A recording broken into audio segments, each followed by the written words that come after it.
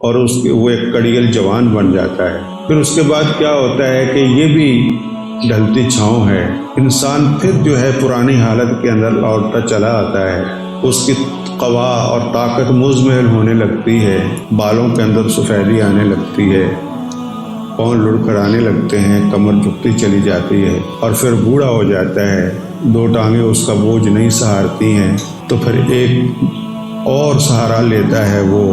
بیساکھی کا یا ڈنڈے کا سہارا لیتا ہے۔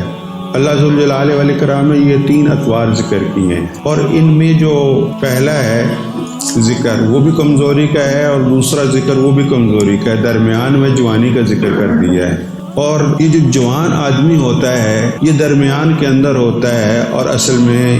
یہ جوان جو ہے اس کے اندر اس کا ماضی بھی ہوتا ہے جو بچپن کے اندر ہوتا ہے، اور اس کے اندر اس کا آنے والا بڑھاپا بھی ہوتا ہے جس کے اندر اس نے پھر محتاج ہونا ہوتا ہے۔ اور سیدنا رسول اللہ صلی اللہ علیہ وسلم نے ارشاد فرمایا کہ لیس منا من لم یرحم صغیرنا ویعرف شرف کبیرنا۔ حضور نے فرمایا لیس منا، وہ محمدی نہیں ہے، ہم میں سے نہیں ہے محمد، لیس منا، جو ہمارے چھوٹوں پر رحم نہیں کرتا ہے، ویعرف شرف کبیرنا، اور ہمارے بڑوں کی جو عزت ہے اس کو وہ نہیں جانتا ہے، وہ ہم سے نہیں ہے۔ اور ایک روایت کے اندر آتا ہے وَيَعْرِفْ حَقَّ كَبِيرِنَا، اور ہمارے بڑوں کے جو حق جو ہے جو اس کے اوپر لاگو ہوتا ہے وہ نہیں جانتا ہے۔ اور پھر ایک حدیث کے اندر ہے لَيْسَ مِنَّا مَن لَّمْ يُجِلَّ كَبِيرَنَا، جو ہمارے بڑوں کی جلالت اور ان کی عظمت جو ہے اس کو ملحوظ خاطر نہیں رکھتا ہے، وَيَرْحَمْ صَغِيرَنَا، اور چھوٹوں پر بچوں پر وہ رحم نہیں کھاتا ہے، وَيَعْرِفْ لِعُلَمَائِنَا حَقًّا، اور علماء کا جو حق بنتا ہے اس کو نہیں جانتا ہے، وہ ہم میں سے نہیں ہے۔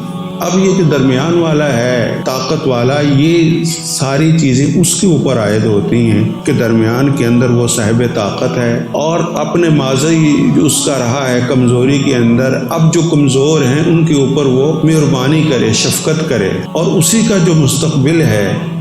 جب اس نے بوڑھے بن جانا ہے تو وہ اس کو ملحوظ خاطر رکھتے ہوئے وہ اپنے بوڑھوں کی، اپنے بزرگوں کی، اور ان کا اجلال کرے، ان کا اکرام کرے، ان کا احترام کرے۔